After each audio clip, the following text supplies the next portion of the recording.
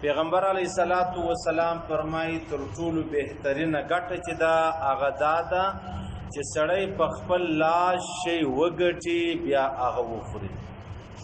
پیغمبر علیه الصلاۃ والسلام فرمایي تر ټولو بهترینه ګوله چې انسان یې خوري یا یې وخوري هغه ده چې دی په خپل لاس وګټي او بیا یې وخوري.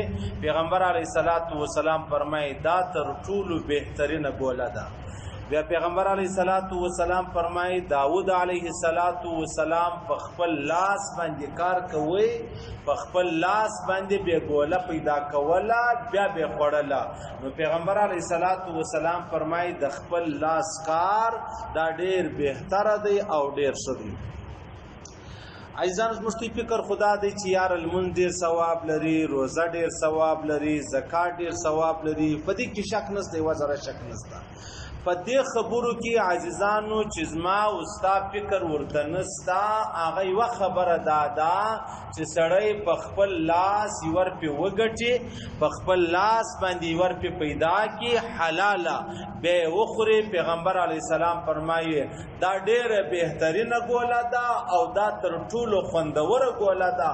نو په دې وجه باندې عزیزانو کاروبار کول دا عیب نه دی، خپل یو حلال روپی پیدا کول دا عیب نه دی. لکه فرض منځ فرض دی ما او تا یې وکړو. پیغمبر علیه الصلاۃ والسلام فرمایي د فرض مانځه څخه معباد بیا فرض دا دی چې حلاله ګوله پیدا کې، حلاله ګوله وګټې او هغه بیا وخوري. اوس ورته وګوره عزیزانو، موږ علما راواخله، طالبان راواخله، دعوت والا راواخله، مجاهدین راواخله، موږ د دې عمل ته په څونه غټ نظر ګورو.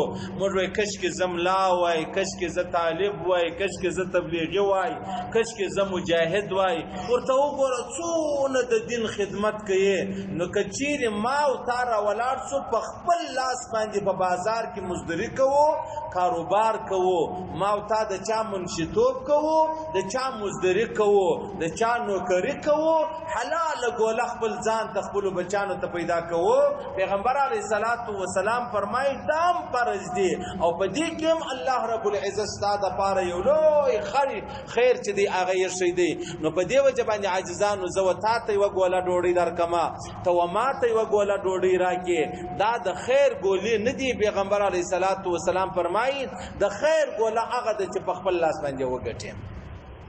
اوس په خپل لاس باندې ګوله ګټل عزیزانو دا څونه لوی خبره ده او څونه انسانان د دې خبرو څخه غافله دي، څونه انسانان. اوس علما که غافله دي هغه وجه دا ده د خپل علم په مخه اخیستی دی، امامت یې په مخه اخیستی دی، د دین او د اسلام خدمت یې پر سر اخیستی دی.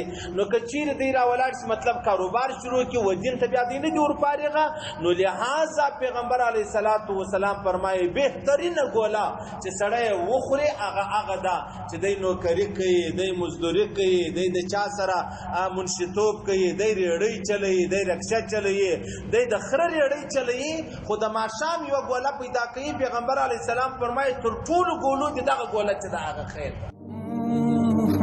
که غواړئ ځان د مهمو اسلامي معلوماتو څخه خبر کړئ، د الحاج مولوي نورالدین اغا په نوم فیسبوک پاڼه خوښه او له نورو سره یې شریکه کړئ.